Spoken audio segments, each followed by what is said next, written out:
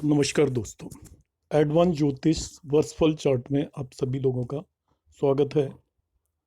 Previous videos में वर्सफल chart से related सभी बातों का एक्सप्लेनेशन मैंने किया था, बताया था किस तरीके से हम मुंथा निकालते हैं, किस तरीके से वर्सफल चार्ट बनाते हैं, किस तरीके से हम प्लैनेट्स की स्ट्रेंथ निकालते हैं, त्रिपता की चक्र किस तरीके से निकालते हैं, ईयर लॉर्ड किस तरीके से निकालते हैं।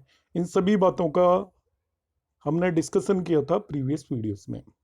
आज का एक टॉपिक है जो कि बहुत ज़्यादा इम्पोर्टेंट है। जब हम वर्सफल चार्ट बना लेते हैं और सारी चीज़ें हमें पता चल जाती हैं, तो उसके बाद हमें वर्सफल चार्ट में बनने वाले अलग अलग योग के बारे में बात करनी है। कोई भी प्लैनेट कैसे फल देगा, कौन से फल देगा, ये जानने के लिए हमें चार्ट के अंदर बनने वाले योग को देखना होता है। इसलिए हमें वर्सफल चार्ट में बनने वाले योगों का की जानकारी पूरी तरह से होनी चाहिए। पाराशरी में जो योग बनते हैं उनका यहाँ पर कोई भी लेना देना नहीं है। वर्सफल चार्ट के अंदर हम बिल्कुल ही अलग तरीके के योगों की बात करेंगे और उन्हें हम ताजिक योग बोलते हैं। क्योंकि जो वर्सफल एस्ट्रोलॉजी है ये इंडियन एस्ट्रोलॉजी और अरेबियन एस्ट्रोलॉजी का मिक्स है। तो ताजिक एक आपका अरेबियन वर्ड है और उन्हीं के बनाए हुए योगों को हम यहाँ पे डिस्कस करते हैं। तो ताजिक योग को समझने से पहले, क्योंकि 16 टाइप के टोटल योग हैं, हमें कुछ एक टर्म्स की जानकारी होनी चाहिए, तभी हम ताजिक योग को समझ पाएंगे। अब कौन कौन सी टर्म्स की जानकारी होनी चाहिए, सबसे पहले मैं आपको ये बताऊंगा। तो आप कॉपी और पेन लेके बैठ सकते हैं इसको समझने के लिए, क्योंकि जब मैं ताजिक योग बताऊंगा 16 टाइप के, तो ये टर्म्स हमारे माइंड में होनी चाहिए जो भी मैं बताने वाला हूँ। तो दोस्तों, यहाँ पे सबसे पहली बात आपको ये पता होना चाहिए कि ताजिक योग जो भी बनते हैं, दो प्लैनेट्स या दो से ज्यादा प्लैनेट्स के बीच में बनेंगे। अब उनके लिए इसेंशियल कंडीशंस, इसेंशियल रिक्वायरमेंट जो है वो इस तरीके से है। सबसे पहले हमें देखना होता है, आपको जानकारी होनी चाहिए रिलेटिव मोशन ऑफ प्लैनेट्स, कि कौन सा प्लैनेट फास्ट मूव कर रहा है, कौन सा प्लैनेट स्लो मूव कर रहा है। एक दूसरे के रेस्पेक्ट में हमें पता होना चाहिए। यदि कोई भी दो प्लैनेट्स हैं आप देख रहे हैं, तो उनमें कौन फास्ट है और कौन स्लो है। तो इसको याद करने का तरीका बहुत आसान है।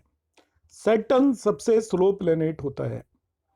अब सैटर्न से आप बैकवर्ड डायरेक्शन में जाइए, एक एक छोड़कर, एक एक गैप के बाद। तो सैटर्न से बैकवर्ड डायरेक्शन में एक एक गैप के बाद जाएंगे तो आपका जुपिटर या बृहस्पति आएगा। फिर एक छोड़कर फिर बैकवर्ड डायरेक्शन में जाएंगे तो आपका मार्स आएगा। फिर एक छोड़कर बैकवर्ड डायरेक्शन में आएंगे तो सन आएगा। फिर एक छोड़कर बैकवर्ड डायरेक्शन में हम चले जाएंगे, सन के बाद बैकवर्ड डायरेक्शन में जाना है तो वीनस आएगा। फिर एक छोड़कर बैकवर्ड डायरेक्शन में जाएंगे तो मरकरी आएगा। फिर एक छोड़कर बैकवर्ड डायरेक्शन में आएंगे तो मून आएगा। तो यहाँ पर सन, सैटर्न से हम शुरू हुए थे, वो सबसे स्लो प्लेनेट है। सैटर्न से फास्ट जुपिटर होगा, जुपिटर से फास्ट मार्स होगा, मार्स से फास्ट सन होगा, सन से फास्ट वीनस होगा, वीनस से फास्ट मरकरी और मरकरी से फास्ट मून होगा। इस तरीके से हम उनकी रिलेटिव स्पीड पता कर सकते हैं कि कौन से प्लेनेट की कौन सी स्पीड है। तो मैं फिर रिपीट कर रहा हूं प्रोसेस, हम सैटर्न से स्टार्ट होंगे, बैकवर्ड डायरेक्शन में एक एक छोड़कर आप चलते जाइए। एक छोड़ दीजिए, मतलब सैटर्न के बाद वीनस आता है उसे छोड़िए, फिर आपका जुपिटर, तो सैटर्न के बाद जुपिटर आएगा। जुपिटर के बाद आपका मरकरी आता है उसे छोड़ दीजिए, एंड देन मार्स। तो सैटर्न, जुपिटर एंड मार्स, इस तरीके से हमें उनकी रिलेटिव मोशन ऑफ प्लैनेट्स पता होनी चाहिए। कोई भी दो प्लैनेट यदि आपको दे रखे हैं, जैसे जुपिटर और आप मून दे दिया जाए, तो आपको पता होना चाहिए इन दोनों में कौन फास्ट है और कौन स्लो है, तभी हम इन योगों के बारे में समझ पाएंगे।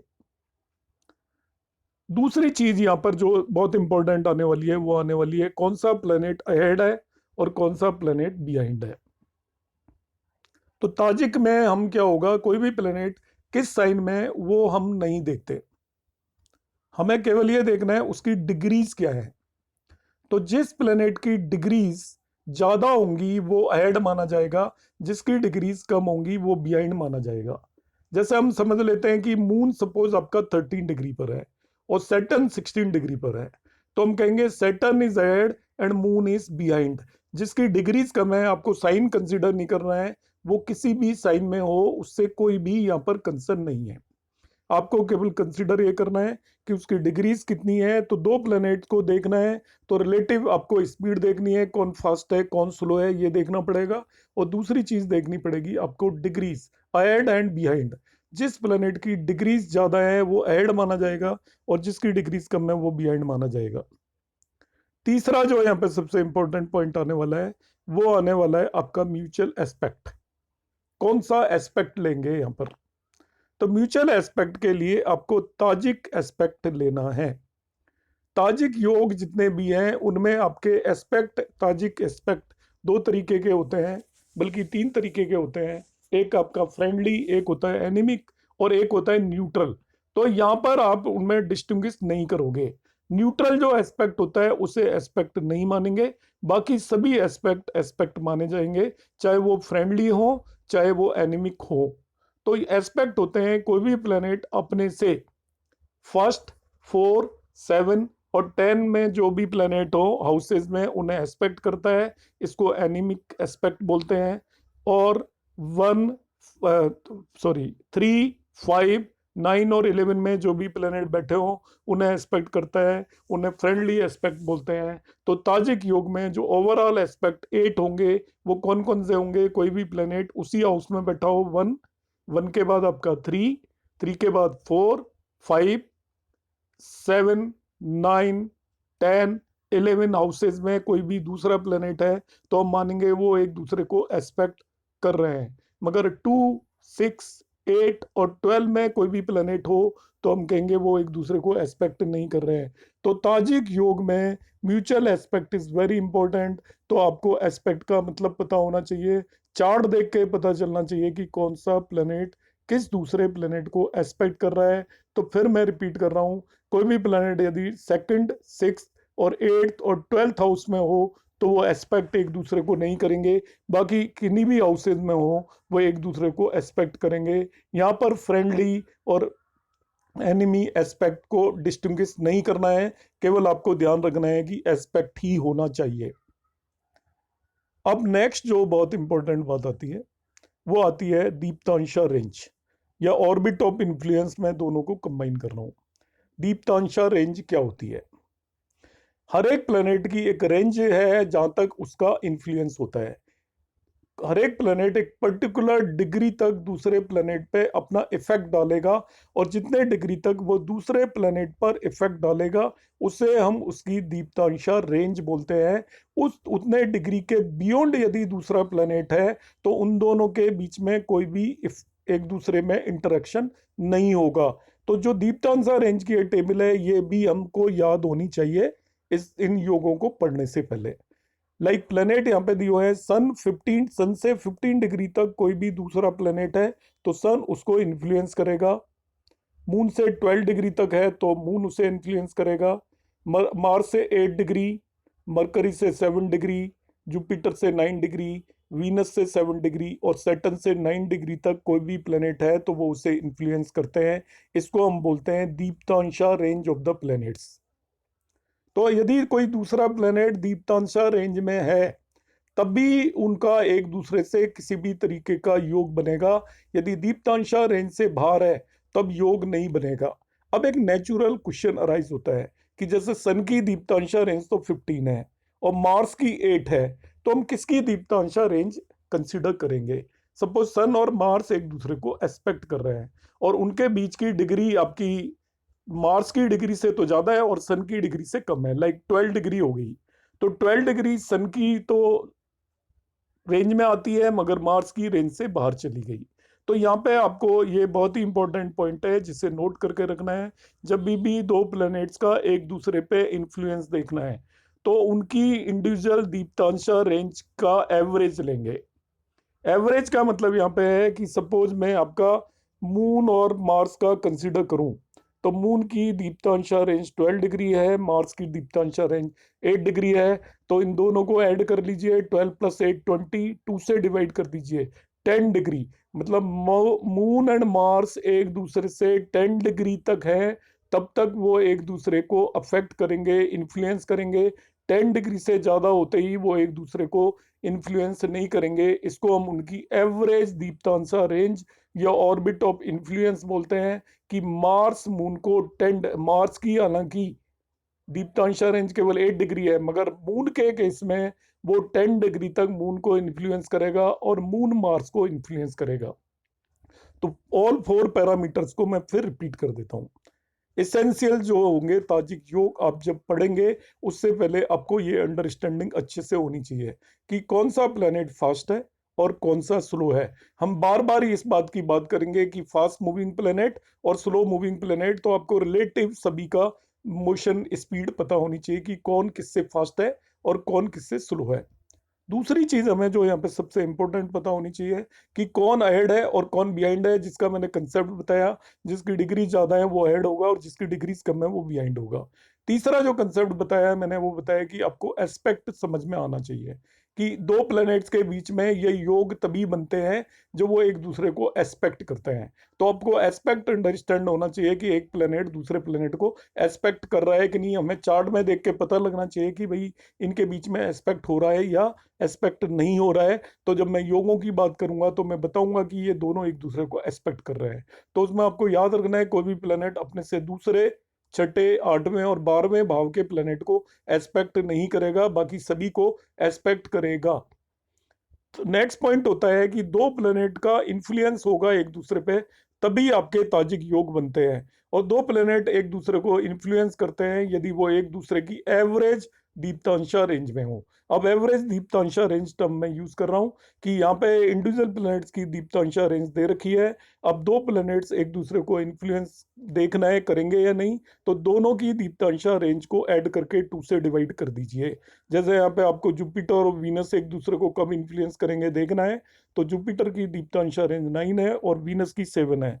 तो अब 9 + 7 डिवाइडेड बाई 2 कर दीजिए, तो 8 डिग्री का दोनों में डिफरेंस होगा, तो वो एक दूसरे को इन्फ्लुएंस करेंगे। तो इनकी दीप्तांशा रेंज 8 डिग्री हो जाएगी। वीनस से 8 डिग्री पर यदि जुपिटर है या जुपिटर से 8 डिग्री पर वीनस है, तो वो दोनों एक दूसरे को इन्फ्लुएंस कर पाएंगे।